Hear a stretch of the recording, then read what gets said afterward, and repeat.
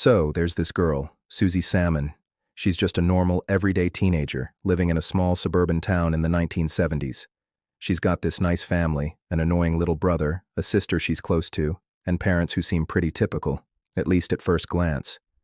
She's just starting to explore her own world, figuring out who she is, thinking about the future, maybe even dreaming about what life could be. But one day, out of nowhere, everything changes. Susie is walking home from school one afternoon when she crosses paths with a man in the neighborhood. His name's George Harvey. He's this creepy, quiet guy who lives down the street. He's a little off, a bit of a loner. He always gives people the chills, but no one really knows him well enough to say anything about it. And Susie, she's just this innocent girl, still too trusting, still too naive. So George pulls her into his house, pretending he wants to show her this secret place. But the thing is, it's not a secret place. It's a trap. He locks her inside this makeshift bunker, and that's where her life ends. Her last moments are filled with confusion and fear, and the next thing we know, Susie is gone. Now, here's where it gets weird. Instead of just passing on, Susie doesn't move on right away. She ends up in this in-between place, this strange limbo-like world where she's stuck between life and death.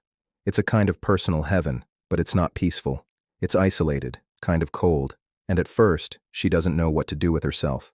And while Susie's up there, trapped in this eerie, otherworldly place, her family is left behind, struggling to piece together what happened. The cops start investigating, but honestly, they're kind of useless. Susie's parents, Jack and Abigail, are falling apart. Jack especially can't accept it.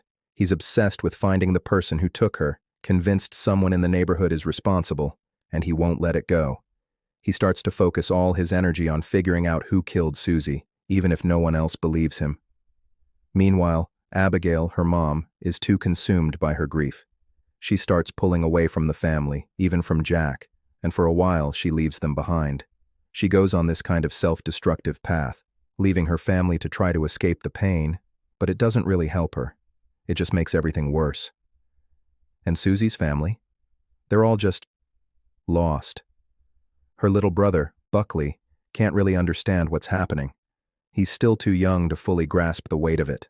Her sister Lindsay tries to keep things together, but she's dealing with her own sense of loss. She tries to keep things as normal as possible, but everyone's broken in their own way. The thing is, while Susie's stuck in this limbo world, she can still see what's happening on Earth. She watches her family from afar. She sees the pain her death causes, the way it tears them apart. She watches them suffer, and it's heartbreaking because she can't do anything to help them. She can't tell them what happened or where to find the person who did this to her. It's this helpless feeling that stays with her the entire time. But Susie doesn't just watch. She starts to realize that maybe, in some way, she can still influence things. She begins to see moments where her family might be able to get the truth, or where they might find justice. And there's this small hope she clings to, that maybe, just maybe, George will slip up. He'll make a mistake, and someone will figure him out. But it takes time. Eventually, Susie's dad, Jack, starts getting closer to the truth. He's relentless. Even though no one else believes him, he keeps digging, keeps pushing. His obsession with George starts to make him a little more erratic, a little more frantic, but something clicks. It's like the pieces of the puzzle are starting to come together, and Susie from her limbo is almost cheering him on, hoping he'll catch the guy, hoping for justice. And then George does make a mistake. He's careless. He leaves behind some evidence, some crucial piece of information that proves he's been involved in other terrible things. It's this tiny slip-up that finally puts him on the radar, and while he's never fully caught in the way we might want him to be, he's left with the weight of his own actions bearing down on him. The system doesn't serve justice as we'd like, but there's this feeling that eventually George will get what's coming to him. And for Susie? Well, as the family starts to heal, she starts to move on. Slowly, but surely, her world starts to feel less like a prison and more like a place of peace. Her family begins to find their way again.